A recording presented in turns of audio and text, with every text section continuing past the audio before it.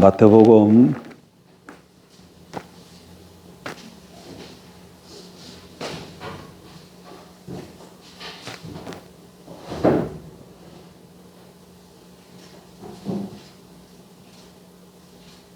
22장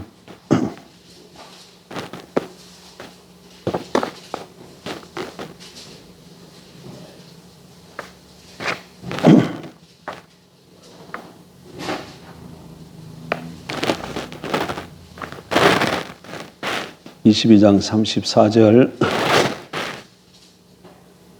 예수께서 사두개인들로 대답할 수 없게 하셨다 함을 바리새인들이 듣고 모였는데 그 중에 한 율법사가 예수를 시험하여 묻되 선생님 율법 중에서 어느 계명이 크니이까? 예수께서 이르시되 내 마음을 다하고 목숨을 다하고 뜻을 다하여 주 너의 하나님을 사랑하라 하셨으니 이것이 크고 첫째 되는 계명이요 둘째도 그와 같으니 내 이웃을 내 자신같이 사랑하라 하셨으니 이 두 계명이 온 율법과 선지자의 강령이니라. 아멘. 오전에 신앙생활이 뭔가에 대해서 말씀을 드렸습니다. 신앙생활은 뭐죠? 결혼생활 하는 거예요. 결혼생활. 하나님의 아내로 사는 삶. 아내로 사는 삶. 잊으시면 안 됩니다. 툭 건드리면 그게 나와야 돼요. 툭 건드리면 뭐가 나와요? 내가 하나님의 아내다. 이거는 뭐 대화할 때나 말할 때나 기도할 때나 이 그냥 본능적으로 자연스럽게 나와요. 자연스럽게. 그러면 신앙생활이 하나님의 아내로서 하나님과 결혼하는 생활이면 좀 어떻게 하는 것이 결혼생활을 잘하는 것일까? 어떻게 하는 것이 신앙생활을 잘하는 것일까? 이게 이제 좀 구체적으로 우리가 살펴봐야 되겠죠. 이미 다 알고 있죠. 이미 다 알고 있어요. 네? 결혼생활에 그러면 가장 핵심적인 것이 무엇일까? 결혼생활에 하나님과 더불어 살아감. 이 신앙생활의 핵심, 결혼생활의 핵심은 무엇일까? 모든 관계에는 여러분 의무가 뒤따릅니다.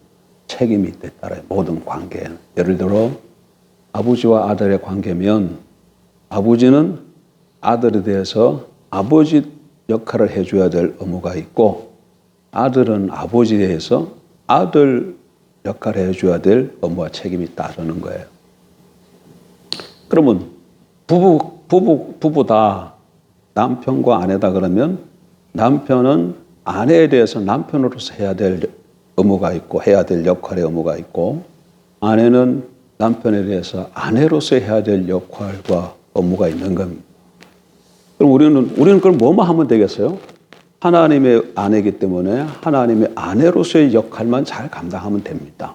다른 거 할 필요 없어요.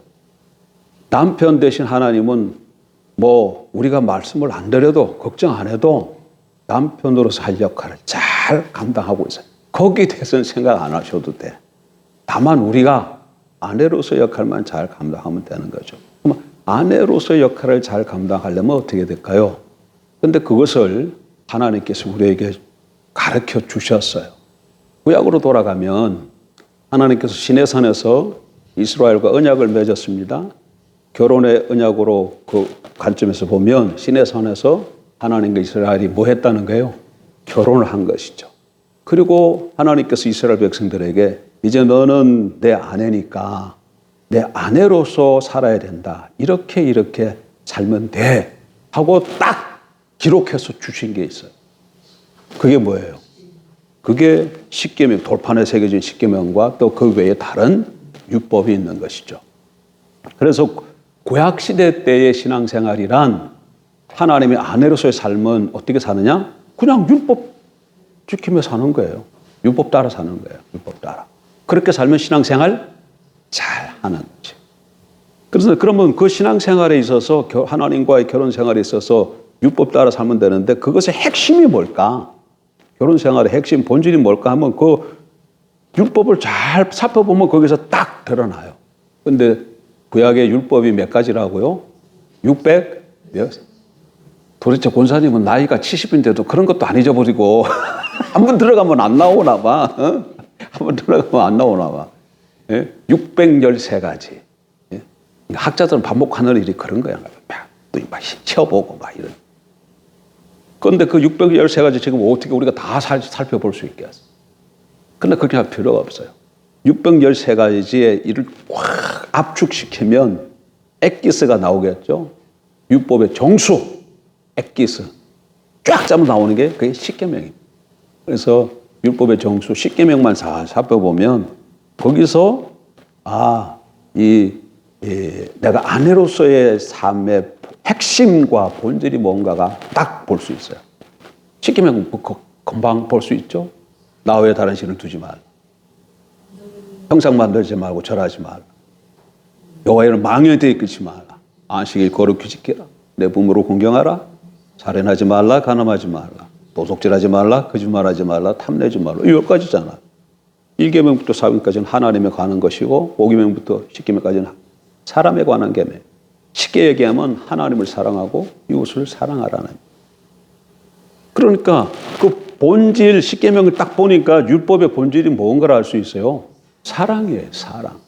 그런데 그것을 주님도 말씀을 하고 있어. 어느 날 율법사가 주님 옆에 찾아와서 어느 계명이 크니까 이렇게 물으셨어요. 어느 계명이 크니까. 다르게 표현하면 오늘 저희 식으로 표현하면 이 율법의 핵심이 뭡니까? 이렇게 여쭤본 거예요. 그랬더니 주님이 뭐라고 말씀하셨어요? 하나님을 사랑하고 이웃을 사랑하라. 사랑의 이중계명으로 딱 말씀하셨어요. 사랑의 이중계명.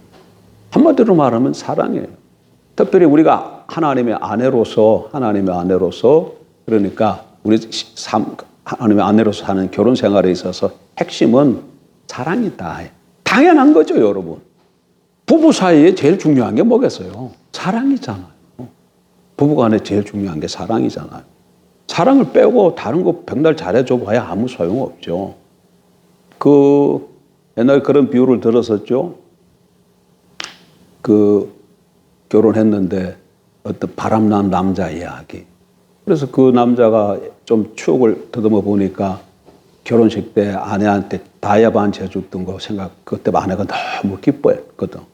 그래서 아내가 자기가 바람나서 아내가 지금 그걸 알고 실망하고 좌절하는데 그건 모르고 아내를 기쁘게 해주기 위해서 뭐 했다고요? 결혼식 때 해준 다이아몬드 반지 알보다 더 큰 걸로 사갖고 와서 짠! 하고 깜짝 이벤트 한 거죠. 아내가 안 기뻐해. 이게 왜 이러지? 그 다음날 더 큰 걸 사갖고 와. 그랬더니 이번에는 시무룩한 게 아니라 울음이 터지고 소리를 치면서 여보, 내가 당신한테 원하는 건 이 알반지 다이아몬드가 아니야. 내가 당신한테 원하는 것은 당신 사랑이고 당신 마음. 당신 사랑이 내게서 떠난 거, 당신 마음이 내게서 떠난 것이 내가 너무 슬픈 것이야. 당신 마음이 내게로 돌아오고 다시 그 사랑이 내게 뜨겁게 나를 향한 그 사랑이 다시 회복되기를 원하는 거야. 이렇게 얘기했다 그러지 않아요. 그런 거예요. 결혼식에 있어서 반지는 중요한 예식 중에 중요한 물물 교환할 때 반지 끼워주는 중요한 거지만 그것이 핵심이 아니에요. 그거는 사랑의 나타내는 본질을 나타내는 상징적인 거죠. 수단이에요. 뭐가? 그런 반지는. 그래서 서양 사람, 한국 사람들은 뭐 결혼식 때 반지 교환하고 와, 제 아내는 나한테 반지 하나 안 해줬습니다. 지금 생각해보니까 나는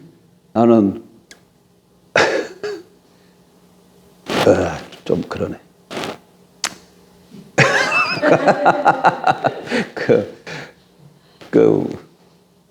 우리 어머니 끼고 있던 그거 얄궂은 뭐 금을 줬던가 그거에다가 뭐 보석도 뭐 얄궂은 보석이 뭐 하나 박힌 거 그거 하나 해준 것 같아. 나는 안 받고 나는 이거 받았습니다. 이 시계가 유럽에도 요게 지금 30년이 40년이 다 돼가는 시계. 이게 뭐야 이게? 결혼식 때 준 그 시계예요. 그래서 이 시계를 나는 그냥 끔찍하게 생각해. 시계 좀 바꾸라 그러는데, 이 시계를 왜 가? 왜 바꿔? 시간도 잘 맞고 또 의미가 있잖아요. 예. 근데 이 시계만 주고 반지만 했으면 뭔 소용이 있어요? 이건 뭘 나타내는 상징이라고? 상대방에 대한 사랑, 약속, 정조 이런 거에 대한 상징인 것이죠. 근데 우리는 한국 사람들은 이 반지 잘 안 끼고 다니지만 결혼하고도 반지 해줘도 외국에는 늘 사람들 외국 반지 끼잖아요. 이래가지고 이 반지가 나는 결혼한 사람이다 또는 사랑한 사람이 있다. 그걸 나타내잖아요. 어느 날 그 사람하고 사랑이 깨지고 이혼했다 그러면 뭘로 표시해요? 반지를 빼는 것으로 표시하잖아요. 그리고 다른 좋아하는 여자가 생겼다 그러면 은근슬쩍 반지를 또 이렇게 싹 빼잖아요. 반지는 그런 것이야. 반지는 그런 의미를 담고 있는 것이죠. 이렇게 성경 율법을 통해서 보니까 결국 결혼 생활의 핵심은 사랑이라는 것을 알 수 있는 것이죠. 근데 이 사랑은 뭐가 전제되어 있는 거죠? 제가 제 아내를 사랑해요. 그러면 뜨겁게 사랑하면 그건 뭐가 전제가 되어 있는 거예요? 제 아내를 알고 있는 게 전제가 되어 있는 거예요. 아내를 알지도 못한 아내를 어떻게 사랑해? 그렇잖아요. 그래서 하나님과 우리 사이에서도 하나님이 우리를 사랑하고 우리가 하나님을 사랑한다. 그 얘기는 하나님이 우리를 알고 있다는 얘기고 우리도 하나님을 안다는 얘기죠. 알미 전제가 되어 있는 거예요. 그럼 무슨 얘기냐? 하나님과의 결혼 생활, 아내로서의 삶에 있어서 핵심은 사랑인데 아는 것이 전제되어 있으므로 신앙 생활의 핵심은 하나님을 알고 사랑하는. 하나님을 알고 사랑한다는 말을 다르게 표현하면 뭐라고요? 하나님과 친밀한 교제다. 자, 나왔습니다. 그러면 이거 지금 몇 주째 한다고? 3주째 합니다. 3주째 했으니까 이제 좀 정리해가지고 머릿속에 딱 들어가 있어야 돼. 딱딱. 신앙생활이란 하나님과의 결혼생활이다. 하나님이 남편이 되고 나는 아내이므로 아내로서 사는 삶이다. 그럼 결혼생활의 핵심은 무엇이냐? 아내로서 삶의 핵심은 무엇이냐? 본질은 하나님을 알고 사랑하는 것. 다르게 말하면 하나님과 친밀한 교제다. 이거 다 이제 들어갔죠? 말할 수 있죠? 누가 물어보면 말할 수 있잖아요. 그죠? 그렇게 되어야 돼. 예. 그러면 이거는, 그럼 요거는 본질이에요. 본질. 핵심적인 거야. 그런데 율법을 보면, 구약의 율법을 보면 이 하나님을 사랑하는 이 본질을 가지고 무엇으로 나타났어요? 613개의 말씀으로 나타난 거잖아요. 그러니까 이런 하나님을 알고 사랑하는 이런 마음을 가지고 613가지의 율법 지키는 말씀에 순종하는 삶으로 나타나는 것이 그러니까 신앙생활, 구약의 하나님과의 결혼생활, 아내로서 삶인 것이죠. 그런데 우리는 지금 구약시대 사는 것이 아니고 신약시대 사는 거니까 그러면 우리에게는 뭐가 주어졌어요? 구약 이스라엘 백성들에게는 돌판에 새겨준 말씀이 있었지만 우리에게는 마음판에 새겨준 말씀이 있잖아요. 마음판에 새겨준 말씀. 그러니까 그 원리를 따라서 하나님을 알고 사랑하는 본질을 마음에 품고 마음판에 새겨져 있는 하나님의 말씀에 순종하는 삶이 아내로서의 사는 삶이다. 예? 하나님을 알고 사랑하는 이 본질, 핵심을 품고 어떻게 산다? 그 다음에 그냥 순종하는 마음판에 새겨진 게 뭐예요? 하는 말씀이잖아. 하나님의 말씀에 순종하는 삶. 하나님 말씀에 순종하는 삶이 겉으로 드러나는 거, 이것이 뭐예요? 신앙행위잖아. 신앙행위. 하나님 말씀에 순종하는 신앙행위. 이것이 뭐라는 거, 이게? 아내로서의 삶이야.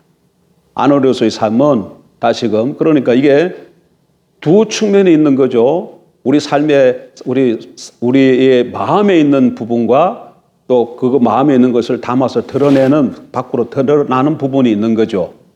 내면적인 부분은 뭐라고요?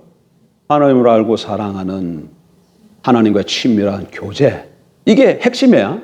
그 다음에 이것만 있는 게 아니고 이것이 밖으로 드러나는데 말씀 순종의 삶, 신앙 행위로 드러나는데, 그러니까 말씀 순종의 신앙 행위로 드러나는 것은 우리 내면에 있는 본질을 담는 뭐라고 말할 수 있어요? 그러시죠. 형식이에요. 형식이에요. 그래서 신앙생활이란 본질과 형식으로 이루어졌다. 이렇게 말을 한 거죠. 만든 거예요. 다른 데 가가지고 신앙생활이라는 것은 본질과 형식으로 되어 있습니다. 이렇게 이야기하면 그 사람들이 알아들을까요? 뭘 알아들어? 이렇게 설명을 해주면 알아들을까? 그냥 본질과 형식으로 이루어져 있다. 본질을 그릇에 담아서 드러내는 것이 신앙생활이다. 이렇게 얘기하면 무슨 말인지 못 알아듣습니다. 그러나 어쨌든 간에 우리는 하나님을 알고 사랑하는 하나님과 친밀히 교제하는 가운데 모든 신앙행위 형식으로 그것이 나타나야 된다. 그 얘기입니다. 이게 신앙생활이에요. 이게. 근데 많은 경우에 보면 이 겉으로 드러나는 이 부분들은 좀 다 아는데 뭐가 없어서 항상 문제냐면 본질이 없어서 항상 문제예요. 여러분 이사야 1장에서 보게 되면 하나님께 이스라엘 백성들이 그렇게 제사를 열심히 드리고 제물을 바치고 모든 집회 때마다 다 참여하고 그리고 기도도 많이 하고 금식 기도까지 하셨음에도 불구하고 왜 이사야 선지를 통해서 남쪽 유다 하나님의 백성을 책망합니까? 너희가 나를 멸시한다고 왜 그렇게 얘기합니까? 오늘 우리 버전으로 바꿔서 말하면 모든 예배 시간마다 다 참여하고 시간마다 헌금을 하나님 앞에 정성껏 그것도 많이 드리고 그리고 매 기도회마다 기도에 참여할 뿐만 아니라 금식 기도까지 하는 이런 신앙의 행위를 가지고 있는데 왜 하나님께서 그 사람을 향해서 네가 나를 멸시하는구나, 나를 조롱하는구나 그렇게 말씀하신다고요? 뭐가 빠졌다는 거예요, 그게? 본질이 빠진 형식만 있었기 때문에 그랬다는. 그 얘기는 호세아서에서 와서 우리 단번에 알아볼 수 있어요. 호세아서 6장 6절에 보니까 하나님께서 싫어하는 거 두 가지가 나와. 뭐예요? 번제와 제사를 싫어하신다 그래요. 번제와 제사는 뭐예요? 형식이잖아. 왜 호세아 시대 때 하나님께서 번제와 제사를 싫어한다고 하셨을까? 여러분 이사야와 호세아는 동시대 사람이에요. 이사야와 호세아는 동시대 사람이에요. 다만 이사야는 남쪽 유다에서 활동을 했고 호세아는 북쪽 이스라엘에서 활동한 거예요. 근데 남쪽 북쪽에 다 하나님의 백성 남쪽 유다나 북쪽 이스라엘이나 신앙 상황이 똑같아. 그래서 이사야를 통해서 남쪽 유다에 하신 말씀이나 호세아를 통해서 북쪽 이스라엘에 한 말씀이나 그렇게 똑같은 게 번제와 제사를 싫어한다는 거예요. 아까 지금 남쪽 유다를 통해서도 뭐라 그랬어요? 내가 너희의 재물을 아주 싫어하고 너희가 아무리 많은 제사를 드릴지라도 헛된 재물이 되고 성전 마당만 밟고 돌아갈 뿐이다. 그렇게 말하잖아요. 호세아서를 통해서도 번제와 제사를 싫어한다고 말. 왜 싫어하느냐? 뭐가 빠졌기 때문에? 예? 핵심이 없기 때문에 그래. 정말 그럼 핵심이 뭐냐? 그럼 뭐냐? 호세아 6장 6절 다시 보니까 좋아하는 것 두 가지가 있는데 뭐였어요? 인애와 하나님을 아는 것, 하나님 아는 지식. 두 가지래요. 인애는 하나님을 사랑하는 것. 공동 번역과 표준 세 번역에 가서 보니까 이게 뭘로 번역되어 있더라고? 하나님을 사랑하는 것으로 번역되어 있어요. 하나님을 사랑하는 것. 그래서 인애가 하나님을 사랑하는 것이기 때문에 하나님을 아는 것, 하나님 아는 지식, 그리고 하나님을 사랑하는 것. 이게 핵심인 걸 알 수 있죠. 그러면 이스라엘 백성들이 하나님을 알고 사랑하는 마음을 가지고 번제와 제사를 드렸으면 어떻게 됐을까요? 당연히 그 번제와 제사를 받으셨겠죠. 당연히 번제와 제사를 받으셨죠. 근데 이 본질과 핵심이 빠진 상태에서 번제와 제사를 드리니까 하나님이 그걸 더 이상 내가 원치 않는다. 그렇게 말씀하신 것이죠. 이런 얘기예요. 지금 우리가 예배 드리고 있잖아. 이 예배를 드리고. 그러니까 이거는 무슨 얘기냐면 우리가 하나님에 대해서 우리 사랑하는 마음을 지금 표출해 낸 거죠. 그래서 하나님께서 아이고 얘네들이 정말 나한테 대해서 사랑 고백을 하는구나 하고 그 예배를 기쁘게 받으셨어요. 그리고 예배 뚜껑을 땅 하고 열어봤더니 안에 아무것도 없어. 아무것도 없어. 그래서 이게 실수했나? 그래서 뭐 그럴 수 있지 그랬어요. 그런데 좀 이따 또 왔어요. 와서 또 하나님 사랑해요 고백하면서 또 제사를 또 거창하게 드렸어요. 그래서 그 제사를 또 받으셨어요. 그리고 또 뚜껑을 똥 열었는데 또 아무것도 없어요. 근데 그 일이 어떻게 됐다는 거예요? 계속 반복됐다. 반복. 그럼 하나님께서 하나님 인격체이신데 그 일이 계속해서 반복되니까 하나님께서 어떻게 생각하실까? 얘놈들이 나를 멸시하는구나. 그렇게 생각하게 되는 거예요. 이사야 시대 때의 백성들이나 호세아 시대 때의 백성들이 지금 그러한 일을 지금 뭐 하고 있었다는 거예요? 반복하고 있었다는 거예요. 반복하고 있었다. 그건 오늘 우리에게도 주는 경고하는 말씀이 많습니다. 경고하는 말씀. 우리가 지금 많은 신앙 행위들을 하고 있잖아요. 지금 오후 예배도 드리고 또 뭐 많은 수 예배도 드리고 중보 기도도 하고 또 뭐 자주간 여러 가지 신앙 형태를 하죠. 봉사도 하고 전도도 하고. 그런데 그렇게 많은 어떤 의식과 형식을 갖춘다 할지라도 그 안에 본질이 없으면 오히려 우리의 행위를 통해서 하나님이 열받으신다. 열받으실 수 있다. 그걸 놓치면 안 된다. 그걸 놓치면 안 된다. 그래서 늘 그 신앙생활은 본질과 형식으로 이루어진다. 본질은 하나님을 알고 사랑하는 하나님의 친밀한 교제이고 형식은 하나님 말씀에 순종하는 삶, 신앙 행위다. 이게 늘 같이 간다. 두 개가 다 있어야 돼. 하나만 있어도 본질이 없어 신앙 행위 형식만 있어도 안 되고 신앙 행위 형식이 없는 본질 하나님을 알고 사랑하는 친밀한 교제만 있어도 안 되고 이게 두 개가 있어야 올바른 결혼생활, 신앙생활이 된다는 거 기억해야 합니다. 자, 시간이 좀 남았죠? 이제 하나 더 나가야지. 뭐 해야 될까요? 다시. 신앙생활 뭐예요? 하나님 결혼생활로서 하나님 안으로 사는 것이다. 그런데 신앙은 본질과 형식으로 이루어져서 본질은 하나님 알고 사랑 하나님 친밀한 교제이고 형식은 하나님의 말씀을 따라 순종하는 신앙행위다. 정리됐죠? 둘 중 하나가 빠지면 안 돼요. 둘 다 있어야 돼. 둘 다. 둘 다 있어야 됩니다. 하나 이제 그다음에 뭐 살 차례입니까? 이제는 그럼 뭐 하나님을 알고 살아가는 것이 신앙의 본질이나 그러는데 그럼 하나님을 알고 사랑한다는 것이 무엇인가? 요거 살펴보면 돼요. 하나님을 알고 사랑한다는 것이 무엇인가? 하나님을 안다는 것은 하나님을 개인적으로 만나서 경험적으로 아는 것을 말하는 거예요. 근데 한국 사람들은 윤석열 대통령 아십니까? 그러면 알죠. 이래요. 윤석열 대통령 박근혜 대통령 아십니까? 그러면 압니다. 그래요. 그러니까 하나는 한국 사람들이 안다는 개념은 성경이 말하고 있는 성경 단어 야다, 이 구약 성경 안다는 단어 야다. 신약 성경 단어는 기노스코. 이 말이 의미하고 있는 단어가 뜻하던 그 의미하고 좀 달라요. 성경이 말하고 있는 단어 안다, 야다라는 말은 이런 의미야. 두 남녀가 만났어요. 결혼식을 했습니다. 그리고 첫날 밤을 지났어요. 여러분 첫날 밤 지날 때 막 이렇게 해가지고 목구멍 뚫고 옛날엔 그랬다 그러죠.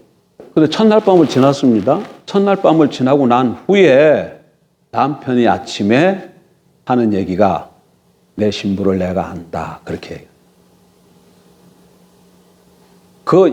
그런 의미야. 그런 의미. 그 전까지는 신부에 대해서 내가 몰랐다는 얘기예요. 두 사람이 관계를 가진 이후 경험을 통해서 이제부터는 신부를 알고 신부는 남편을 안다. 그런 의미예요. 그러니까 안다는 것은 뭐가 전제되어 있어요? 만남이 전제가 되어 있는 거야. 그리고 교제가 전제가 되어 있는 거야. 경험이 전제가 되어 있는 거야. 경험하지 못했는데 안다. 그런 말이 나올 수가 없어요. 성경에서 쓰는 말에 있어서는.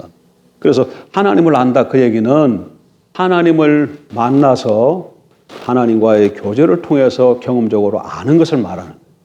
그래서 그걸 제가 하나 비유를 뭘로 들었나요? 자서전 갖고 비유 들었잖아. 제가 자서전을 하나 썼습니다, 여러분. 제가 나에 대한 자서전. 그래서 내가 뭐 어디서 태어났고, 뭐 어디서 배웠고, 부모님은 어떤 분이고, 뭐 음식은 뭘 좋아하고. 그런 자서전 쭉 이렇게 다 썼어. 근데 어떤 사람이 나의 자서전을 한 권 사가지고 읽었어요. 뭐 그런 사람. 예? 어쨌든. 근데 그래가지고 그걸 그냥 읽는 정도가 아니라 그걸 달달달달 외웠어. 그래고 뭘 물어보면 그냥 금방금방 다 알아. 답이 톡톡톡톡 나와. 아이고, 이순주 목사, 부산 사람이지. 아이고, 그 사람 김치찌개 좋아해. 뭐 물어보면 다 알아.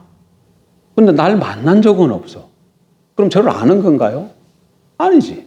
뭐에 어떤 거예요? 나에 대해서, 관해서 많이 아는 것이지, 나를 아는 건 아니야. 하나님에 대해서도 마찬가지예요. 성경은 하나님의 자서전이에요. 왜?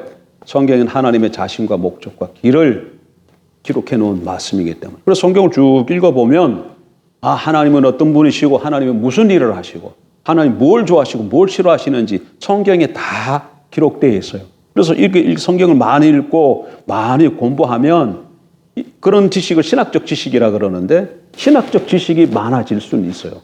그러나 신학적 지식이 많이 쌓였다고 해서 하나님을 아는 것이냐? 그건 아니다. 그 얘기입니다. 아주 재미난 얘기가 있습니다, 여러분. 어떤 신학 교수가 계셨는데, 그것도 다른 교수가 아니라 뭘 가르쳤냐? 평생을 조주신학을 가르쳤어. 평생을. 교리학을 가르쳤다는 게 교리학. 평생을 뭘로? 신학생들이 교리학을 가르쳤어요. 근데 이 사람이 은퇴를 하고 죽을 날이 얼마 안 남았는데, 그때 고백하는 게 하나가 있는데 뭐냐면, 그때, 아, 내가 평생을 조직신학을 가르쳤는데, 난 거듭난 적이 바로 며칠 전이었다. 이렇게 고백했어요. 무슨 얘기예요? 이 사람 뭐 했다고? 평생을 신학 교수로서 신학을 연구하고 공부하고 그걸 제자들에게 가르쳤어요. 예? 근데 자기가 거듭난 지는 얼마 안 됐다. 그 얘기는 뭐야? 하나님을 만난 적은 불과 며칠 전이었다. 그 얘기잖아요. 그러니까 무슨 얘기냐면 성경을 가지고 배우면 신학적인 지식은 쌓이고 깊어지고 넓어질 수 있지만 그것이 하나님을 아는 것은 아니다는 얘기예요. 하나님은 만나야 하나님을 알 수 있어요. 그럼 어떻게 하나님을 만나요? 문제는 우리가 아무리 하나님을 만나고 싶어도 하나님을 만날 수가 없어요. 하나님이 찾아와 주셔야만 우리가 만날 수 있어요. 이게 문제야. 아유, 하나님을 만나야 내가 하나님을 알 수 있구나. 하나님을 좀 만나야 되겠네? 근데 우리가 하나님을 만나고 싶어도 만날 수가 없다니까? 하나님이 찾아와 주시지 않으면 주도권이 하나님께 있어서 하나님이 내게 찾아와 주셔야 우리가 하나님을 만나서 알 수 있게 되는 거예요. 근데 감사하게도 하나님이 뭐라고 약속해 주셨냐면 너희가 나를 찾고 찾으면 나를 만나. 히브리 말에는 여러분 비교급이 없어. 예를 들면 나는 이 물을 좋아한다. 그럼 이거 그냥 물보다 찬물을 더 좋아한다. 우리 말에는 뭐 이런 게 비교급이 있잖아요. 근데 히브리 말에는 이 비교급이 없어요. 그럼 그걸 어떻게 표현하냐면 같은 단어를 반복해서 쓰는 거야. 반복해서 쓰는 거야. 그러니까 예를 들면 하나님을 더 좋아해요. 이러면 하나님을 좋아하고 더 좋아가 아니고 좋아하고 좋아합니다. 이렇게 표현하는 거예요. 이런 식으로. 그래서 거기 보게 되면 너희가 나를 찾고 찾으면 반복하고 있어. 반복하고 있어. 강조하고 있는 것이죠. 찾고 찾으면 어떻게 된다고요? 내가 너희를 만나주리라. 여러분 하나님과 만나면 모든 게 끝나는 거야. 삶이 우리가 신앙생활을 많이 했음에도 불구하고 왜 우리의 삶의 모습이 그냥 그대로일까? 그래서 뭐 이렇게 제자 훈련 받고 어떤 프로그램 돌리고 어디 세미나 갔다 오면 뭐가 좀 된 것 같아요. 그래서 뭐 좀 흡족하고 좀 충만한 것 같은데 시간이 조금 지나다 보면 내 자신 보면 또 옛날로 또 돌아가 있어. 그래 또 컬컬해. 또 컬컬하고 그래서 또 뭐 이것저것 찾고 그러는데 안 됩니다. 프로그램 갖고 되지 않아. 제자 훈련 받고 이런 걸로 되지 않아요. 뭘로 되느냐? 하나님을 만나서 아는 것으로 되는 거예요. 하나님을 만나면 모든 것이 그냥 한순간에 다 해결되어져요. 그러나 하나님 만나는 거 없이 하나님을 아는 거에 관한 그런 것들로 이렇게 돌리고 저렇게 돌려봐야 근본적인 문제가 해결되지 않는다는 얘기예요. 그런 이런 거예요. 그러니까 이 말은, 근데 감사하게도 우리가 열심히 찾으면 어떻게 하신다고? 하나님이 만나 주시겠다고 약속하셔서. 하나님 무엇 하시지 못하신다고? 거짓말 하지 못하신다 했지, 거짓말. 하나님 뭘 못하신다고요? 거짓말 못하죠. 그러니까 너희가 나를 찾고 찾으면 만나 주시겠다니까 그대로 우리가 행하면 하나님이 이루어 주실 줄 믿으십시오. 그러니까 이게 우리에게 소망이야. 일단 어떻게 해야 돼요? 내가 하나님을 만나야 되죠. 그러니까 여러분 하나님 찾아서 만나러 가세요. 내가 아직 심령이 좀 컬컬하다. 이건 내가 지금 하나님 못 만나서 그렇구나. 그러니까 가서 하나님 찾아요. 언제까지? 하나님이 나를 만나러 오실 때까지. 주권이 내게 없으니까, 주도권이. 기다리면서 찾고 찾는 거예요. 그러면 반드시 찾아오십니다. 하나님 만나면 인생이 180도로 바뀌어요. 어떻게 알 수 있어요? 누굴 보면 알 수 있어요? 사울을 보세요. 사울을 보라고. 다메섹 도상에서 예수 그리스도를 만나기 이전과 다메섹 도상에서 예수 그리스도를 만난 이후에 사울의 삶은 180도로 달라졌어요. 이쪽에서는 만나기 전에는 교회에 대한 핍박자예요. 교회에 대한 핍박자는 그리스도에 대한 핍박자예요. 다메섹 도상에서 주님이 사울에게 뭐라고 얘기합니까? 사울아 사울아 네가 왜 나를 핍박하나? 사울은 예수님 만난 적도 없어요. 이 땅에 있을 때. 근데 주요 누시니까 그러잖아요. 나는 내가 핍박하는 예수다. 사울은 교회를 핍박했는데 교회하고 예수님은 뭐예요? 한 몸이잖아. 아내와 남편이잖아. 남편과 아내 관계잖아요. 그러니까 사울이 누굴 많이 핍박했어요? 아내를 드립다 핍박했더니 남편 되신 주님이 왜 네가 나를 핍박하느냐? 언제 핍박했습니까? 내 아내 교회를 핍박한 것이 나를 핍박한 것이다. 그래서 주님 만나고 나서 회개하고 돌이켜서 그 이후부터의 삶은 완전히 다른 삶을 살잖아요. 그러니까 오늘 우리 삶도 마찬가지입니다. 우리도 예수 그리스도를 만나면, 하나님을 만나면 우리 삶의 질이 180도로 달라져요. 우리 환경은 변하지 않는다 할지라도 내 안에 내면엔 세상이 알지 못하는 기쁨으로, 풍성함으로, 충만함으로 예수로, 그거 한번 해봅시다. 예수로 충만하네. 예수로 어쨌든 예수로 충만하네. 어떻게 충만해요? 어떻게 할 때 충만해? 예수를 만나면 내 안에 예수로 충만해. 예수로 충만해. 예수로 충만하면 뭔가 그 예수 안에 모든 게 다 있습니다. 그 안에 건강도 있고, 그 안에 돈도 있어. 뭣도 있어요? 돈도 있어요. 뭣도 있어요? 돈도 있어요. 다 있어요. 왜 다 있어요? 구원이 뭐예요? 구원이 뭐예요? 구원은 모든 결핍으로부터 벗어나는 거예요. 구원은 뭐라고? 우리는 자꾸 구원 그러면 죽어서 천당 가는 거 이렇게만 자꾸 생각하는 거야. 이게 문제야. 구원은 모든 결핍으로부터 벗어나는. 그래서 내 삶이 어느 한 부분도 부족함이 없이 온전한 삶을 사는 것이 구원이에요. 그러면 몸이 건강하지 못하는 것은 병들었다는 거잖아요. 그러면 건강이 결핍되는 거잖아요. 삶이 지금 물질이 좀 없어서 좀 가난하다 그러면 뭐가 결핍된 거야? 물질이 결핍된 거잖아. 그러니까 그런 것들도 구원은 그리스도 안에 다 있는 거야. 그러니까 이런 얘기요. 우리는 구원을 자꾸 영적인 것만 생각해가지고 이 땅에 살면서 필요한 것들, 그것은 자꾸 내가 해결하려고 그래. 이게 문제야. 자꾸 내가 해결하려고 그래. 내가.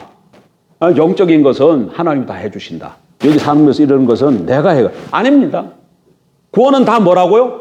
우리 몸이 어떻게 됐어요? 우리 몸이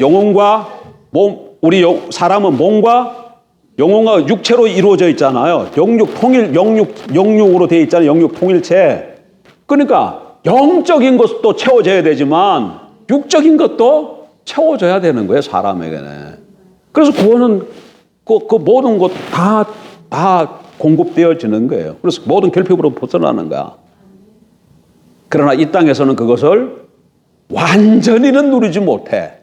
뭐만 해? 주님이 십자가에 죽고 부활의 첫 열매가 되셨기 때문에, 성령의 철면을 우리에게 주셨기 때문에 맛은 볼 수 있지만 완전하게 구가하면서 누리지 못해. 그러나 주님이 다시 오셔서 새하늘과 새 땅에서는 완전하게 누려. 그러나 이 땅에서 어떻게 한다고요? 맛볼 수 있어요. 경험할 수 있어요. 순간순간 누릴 수 있어요. 순간순간 누릴 수 있다니까. 예? 누릴 수 있어요. 누릴 수 있습니다. 믿음으로. 예.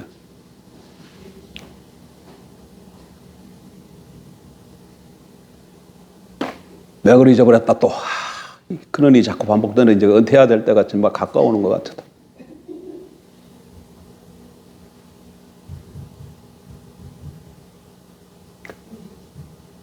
뭔 얘기하다가 이 얘기했냐, 얘기. 예수로 충만하다. 예수로. 그러니까 예수 안에 다 있다는 거예요. 예수 안에 다 있다는 거예요. 그래서 예수님 만나는 것이 너무너무, 여러분 자녀가 지금 속썩여요? 보니까, 이놈 보니까 내 아들이라 그래서 뭐 어떻게 표현은 못 하겠지만, 이놈아, 이거 소망이 없다, 소망이 없어. 막 보니까 절망으로 느껴집니까? 또, 여러분 남편이 또 속썩입니까? 그래? 그래? 남편이 속썩여요? 절망하지 마십시오. 겉모습 보고 절망할 필요 없어. 왜? 답이 있잖아. 문제는 뭐냐? 왜 저렇게 문제 가운데 살고 있느냐? 그분은 아직도 하나님을 못 만나서 그런 거예요. 아직도 그 하나님을 못 만나서 그런 거예요. 그러니까 저렇게 절망처럼 보이지만 그분이 하나님만 만나면 어떻게 돼요? 바뀌잖아. 아까 저게 누구 예를 들어서 사울, 다메섹 도상에서 예수 그리스도 부활하신 승리하신 하나님을 만나기 전의 삶과 만난 이후의 삶 180도 다르다 그랬잖아요. 예? 내 남편도 지금 그 상황에 있는 거야. 누굴 못 만난 거야? 아직 예수 그리스도를 못 만난 거예요. 하나님을 못 만나서 그런 거예요. 그러면 어떻게 하면 돼요? 만나면 되잖아. 근데 아까 주님이 뭐라고 약속하셨어? 너희가 나를 찾고 찾으면 만나 주리라 그랬잖아요. 본인이 안 찾으면 그럼 어떻게 해? 옆에서 찾아야지. 할 수 없지. 옆에서 찾아야지. 하나님, 내 남편 가서 좀 만나주세요. 내 아들 좀 가서 만나주세요. 내 아내 좀 가서 만나주세요. 그 시기 좀 만나주. 하나님은 몰라서 저렇습니다. 하나님 만나지 못해서 그렇습니다. 그러나 하나님을 만나면 그 인생이 달라질 줄 믿습니다. 달라집니다, 여러분. 바뀝니다. 그리고 하나님 찾으면 하나님 오셔요. 만나주셔요. 제가 옛날에도 이 간증 여러 번 했지만 한 번 더 해야 되겠네. 서울에서 결혼하기 전인가 결혼한 후인가 잘 모르겠네. 어쨌든 그때는 연초만 되면 기도원에 올라가서 목사님은 올라가거든. 그러고 거기서 금식기도 하라 그래. 금식기도. 그래. 강제로 금식기도 해. 예, 전도사들 올라가서. 그래서 그날 그 해도 올라갔어요. 그래서 기도원에 가서 기도하는데 눈이 내려서 겨울이야. 그 첫날은 그냥 지나갔어요. 금식하면서. 여러분 금식하면서 제일 힘든 날이 언제냐면 둘째 날이에요. 둘째 날. 첫째 날은 그냥 금식해요. 좀 힘들어도. 둘째 날 되면 먹었던 음식이 안 들어오기 때문에 머리부터 아파. 머리부터 아파요. 아파. 근데 둘째 날 아침 일어나가지고 그래도 일어나서 밖에 나갔더니 눈이 쌓여 있더라고. 그냥 눈 위에 앉아서 기도할 수는 없잖아. 그래서 깔개 하나 가지고 가서 저기 떨어져서 기도했어. 그때 기도 제목이 하나였어요. 하나님, 사랑의 하나님을 만나고 싶습니다. 사랑의 하나님을 알지 못해서 내 안에 사랑이 없습니다.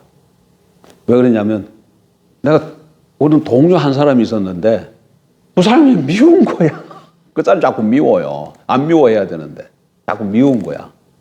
하나님, 내가 이게 전도사인데 다른 사람도 아니고 전도사 전도사 동료가 밉다. 자꾸 뭔가가 자꾸 이렇게 안 맞다 나라. 그러니까 내가 사랑이 없다 내 안에. 그거 제목 하나야. 그리고 그 올라가서 금식하면서 그 기도했어요. 첫째 날 보내고 둘째 날 기도했는데 하나님 날 찾아오셨어. 날 찾아오셨어요. 내 마음에 하나님의 사랑을 부어주시는데 그 마음이, 하나님의 마음이 쑥 들어오는데, 와, 세상이 달라져. 세상이 달라요. 그냥 누구라도 사랑할 것 같아. 난 옛날에 그 사랑의 원자 폭탄, 손양은 목사님 있잖아요, 책. 그거 잘 안 믿었어요. 손양은 목사님 보면 자기 아들 둘, 동인이 동신이 이 두 명을 그 공산주의 청년이 죽이잖아요. 죽여요. 근데 손양은 목사님 어떻게 해요? 그 자기 아들 둘 사람 죽인 아들을 양자로 삼잖아.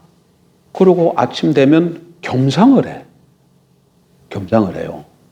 그게 어떻게 가능할까? 그게 어떻게 가능할까? 한 명도 아니고 둘이나 죽였는데. 그 귀한 아들을. 근데 제가 하나님 앞에 기도하고 사랑의 하나님을 만나니까 그것이 가능하다는 게 느껴지더라. 그게 가능. 근데 지금 제가 보니까 제가 막 그런 사랑의 사람처럼 안 보이잖아요. 왜 그럴까요? 기도를 잘못해서.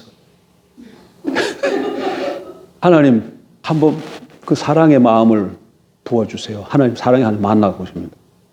근데 기도를 어떻게 하냐면, 1초만이라도 좋으니까 한 번만 만나주세요. 딱 그렇게 기도한 거야, 내가.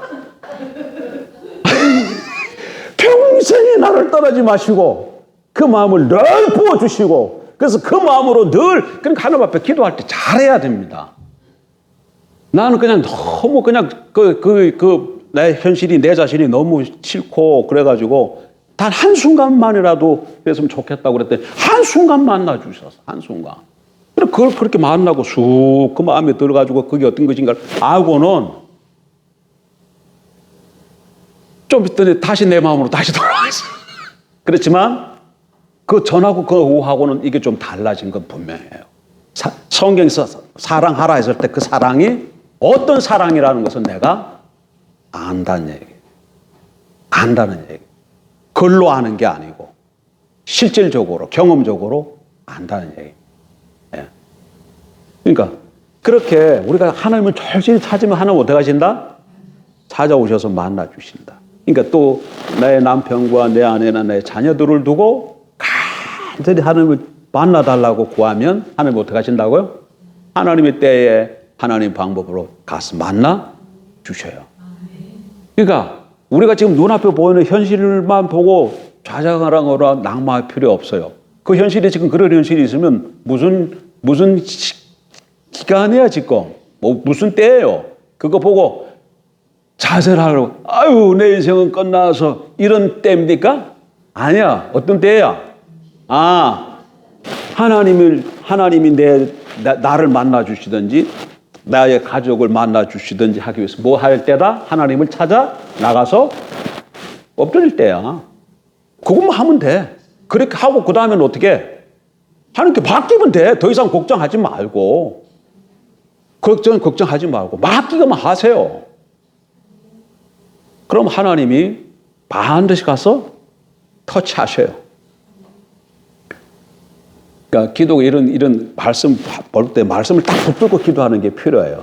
제가 김성순 선교사님 안 계시니까 얘기해야 되겠다. 예. 내가 김성순 선교사님이 기도하는데 내가 저 선교사님 뭐라고 기도하지? 이렇게 기도하려고 들으려고 들은 건 절대 아닙니다. 근데 그 양반이 기도하면 소리 내서 기도하잖아요. 혼자 와서 소리 내서 기도해. 근데 쑥 지나가는데 이렇게 기도를 하더라고요. 주 예수를 믿으라. 그리하면 너와 내 집이 구원을 받으리라. 주님 그렇게 말씀하지 않았습니까? 딱 그 말씀하면서 내 어머니 구원시켜 주세요. 딱 이렇게 내가 정확하게 옮긴 건 아니야. 내가 잠깐 번역한 거야. 어떻게 했다고? 주 예수를 믿어라. 그리하면 너와 내 집이라고 했잖아. 주님이 너와 내 집이라고 말씀하셨죠. 그 집 속에는 누구도 포함되어 있는 거예요. 가족 포함되어 있는 거 아니에요. 주 예수를 믿어라. 네가 주 예수를 믿어라. 그러면 너와 내 집이 구원을 받으리라. 그 말씀을 딱 잡은 거야. 그리고는 우리 어머니 구원시켜 주세요. 만나 주세요. 그렇게 기도하더라. 그렇게 기도하는 거야. 그러니까 조지 밀러도 어떻게 했다고요? 하나님은, 성경 보니까 하나님은 고아의 아버지구나. 그거 딱 잡은 거야, 그러고. 자기가 하나님 만난 거죠. 어떤 하나님? 고아의 하나님을 만난 거야. 그리고 고아원 경영하면서 이제 고아들에게 늘 공급해줘야 되는데, 없어도 떨어져도 어떻게 했다고요? 사람 찾지 아니하고 인간적인 방법으로 이렇게 하지 않고 그냥 어떻게 한다고? 하나님 아버지 앞에 나와서 당신이 고아의 아버지잖아요. 지금 고아들이 먹을 게 없습니다.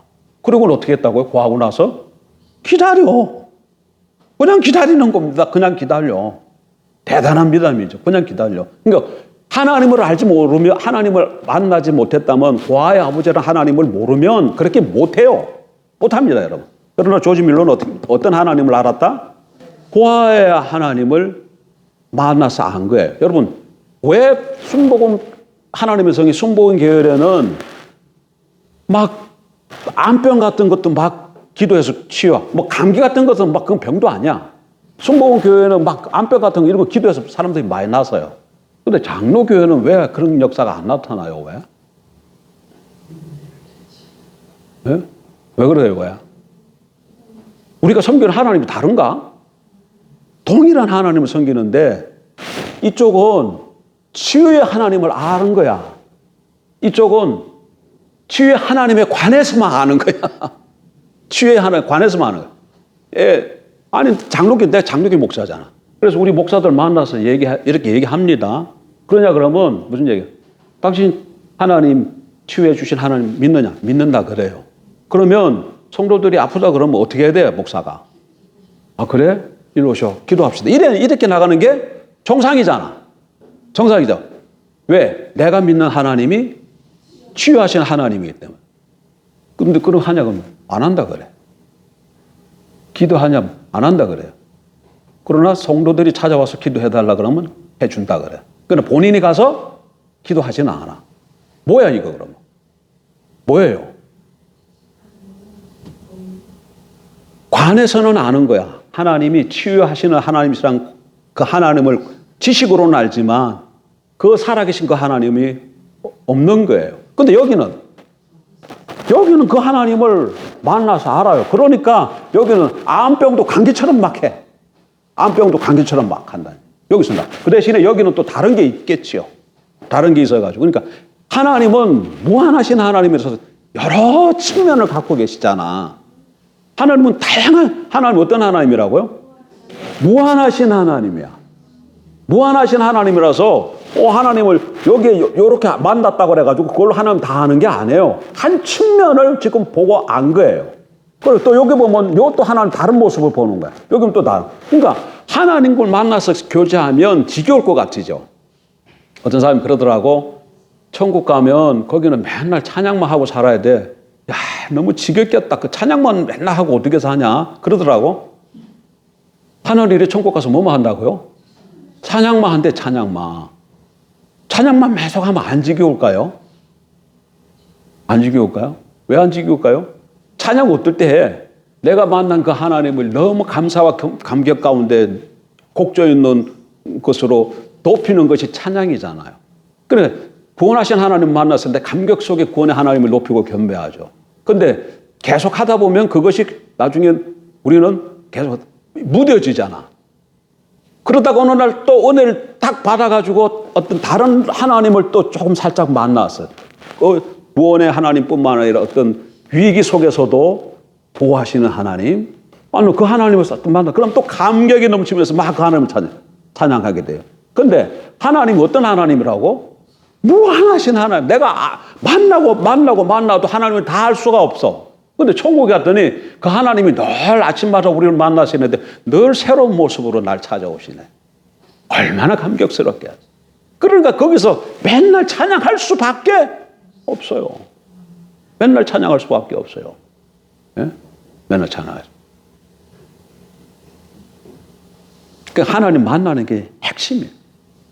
그러니까 앞으로도 문제가 있으면 하나님 앞으로 나가서 만나면 그 문제가 해결될 줄 믿습니다. 이렇게 하나님 안다는 것은 하나님 만나서 교제함으로 경험적으로 아는 걸 말하는. 그 다음 사랑한다는 것은 성경에 뭐라고 돼 있어요? 마음을 다하고 뜻을 다하고 힘을 다하고 목숨을 다해서 사랑하라. 이건 무슨 말이라고요? 전존재로 사랑하라. 그 얘기잖아요. 근데 그 사랑은 항상 어디서부터 출발하죠? 마음에서 시작부터 하잖아요. 그러니까 내 마음을 다해서 전존재로 사랑하라. 그 얘기는 내 마음 전체가 온전히 하나님께 향해야 된다. 그 얘기잖아요.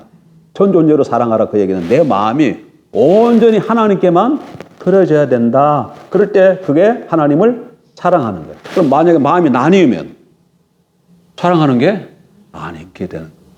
여러분 성경은 마음이 나뉜 걸 뭐라 그런다고? 우상숭배라 그래. 내 마음이 나뉜 걸 우선 숭배야. 내 마음이 나뉘면 안 돼. 내 마음이 온전히 주님만을 사랑해야 돼. 그게 하나님을 사랑하는 거야. 그러니까 다르게 얘기하면 하나님이 나의 전부가 돼야 돼. 하나님이 나의 모든 것이 돼야 돼. 그럴 때 내가 하나님을 사랑하는 것이 되어진다. 그 얘기입니다.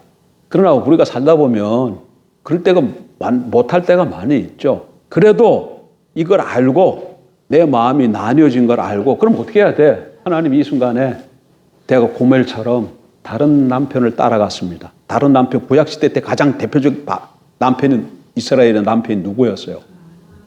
바알이잖아. 오늘날 우리도 자꾸 바알이 다양하게 있어가지고 내 마음이 자꾸 바알을 쫓아가. 구약시대 때 왜 이스라엘 백성이 바알을 섬겼어요? 바알이 무슨 신이라고? 풍요의 신이야. 농경신이야. 근데 이스라엘 백성들은 자기가 섬기는 여호와 하나님을 어떻게만 안 거예요? 전쟁의 신, 능력의 하나님으로만 안 거예요. 그래서 그들이 지금 가나안 땅에 들어가서는 이제 전쟁을 안 하잖아. 농사 짓고 먹고 살아야 되는데 어떡하지? 그랬더니 가나안 칠족속인 뭘 섬겨?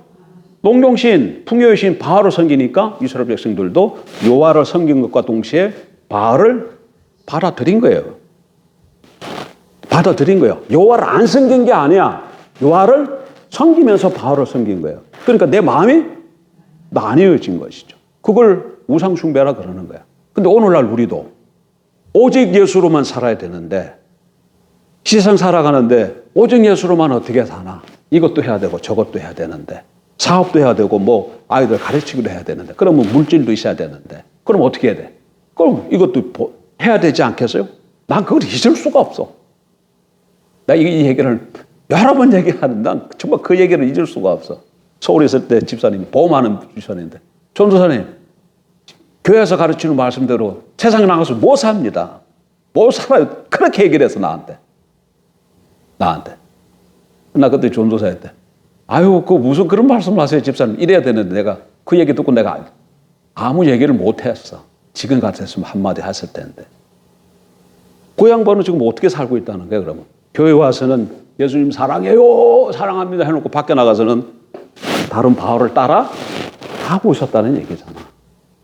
근데 그게 지혜로운 사람 같은데 전혀 지혜로운 사람 아닙니다. 왜? 하나님이, 우리 남편이 누구예요? 온 세상을 창조하신 온 세상의 주시야. 그분이 똑 보는데 그럼 뭐 하는 거예요? 이 바알을 쫓아간 그것을 우리 하나님이 할 수 있는 분이야, 못하는 분이야? 할 수 있는 분인데 자기를 못 믿고 자꾸 저기를 가니까 하나님이 속상해 하시지. 내가 그거 할 수 있어. 날 믿어봐. 내가 다 해줄게. 걱정하지 마. 막 이러는데도 아니야, 당신 그거 못하잖아. 그런 식이라. 저 못질 할 줄 압니다. 근데 우리 마누라는 나 못질 못한다고 그래, 자꾸. 짜증나. 그래, 못질하는 사람 자꾸 데려오려고 그래. 나 못질 할 줄 안다니까? 아니야, 당신 못하잖아. 그럼 나 어떻게 해, 그러면? 그래, 데려서 해버려. 나 안 해. 이렇게 돼. 나 형광등 갈 줄 알아요? 나 형광등 갈 줄 압니다. 형광등 못 가신다 그러시더라고. 아까 지금 밥 먹으면서. 근데 난 갈 줄 알아. 그럼 어떻게 해? 형광등 그렇게 되지. 여보, 형광등 좀 갈아줘요. 그러면 내가 갈잖아. 근데 우리 집 사람은 나 형광등 못 가는 줄 알아. 당신 못 갈잖아. 당신 못 갈잖아. 해달라 그래도 안 해주잖아. 뭐 이런 식으로 자꾸 얘기를 해. 그럼 내가 어떻게 해? 난 자꾸 그러면 한강도 못 가는 사람으로 있는 거지. 있는 거지. 근데 이건 뭐 비유가 지금 적절한지 모르겠지만 우리가 지금 자꾸 하나님한테 그러고 있다는 거야. 하나님은 뭐든지 다 할 수 있는 온 세상의 주시야. 만왕의 왕 만주의 주 전지전능하신 하나님이신데 왜 말씀 듣고 요럴 때는 아멘 하는데 실질적으로 삶에 가서는 하나님 하는 그 못하시잖아요. 그러면서 자꾸 다른 바알을 쫓아가서 거기에 대고 당신이 해줘, 당신이 해줘, 당신이 해줘야 살아 돼 이러냐 이거야. 그럼 하나님 자꾸 섭섭해 하신다는 얘기지. 그러면 안 된다. 하나님 아는 것과 사랑하는 것은 하나님 아는 것은 하나님을 만나 교제함으로 경험적으로 하는 걸 말하고 하나님을 사랑하는 것은 우리 마음이 나뉘지 않고 전 존재로 사랑을 말하고 이렇게 하면 신부로서 사는 거예요. 신부로서 사는 것이 뭐라고요? 구원 누리며. 따라합시다. 신부로서 사는 것이 아내로서 사는 것이 구원 누리며. 구원 누립니다. 구원 누리십시오.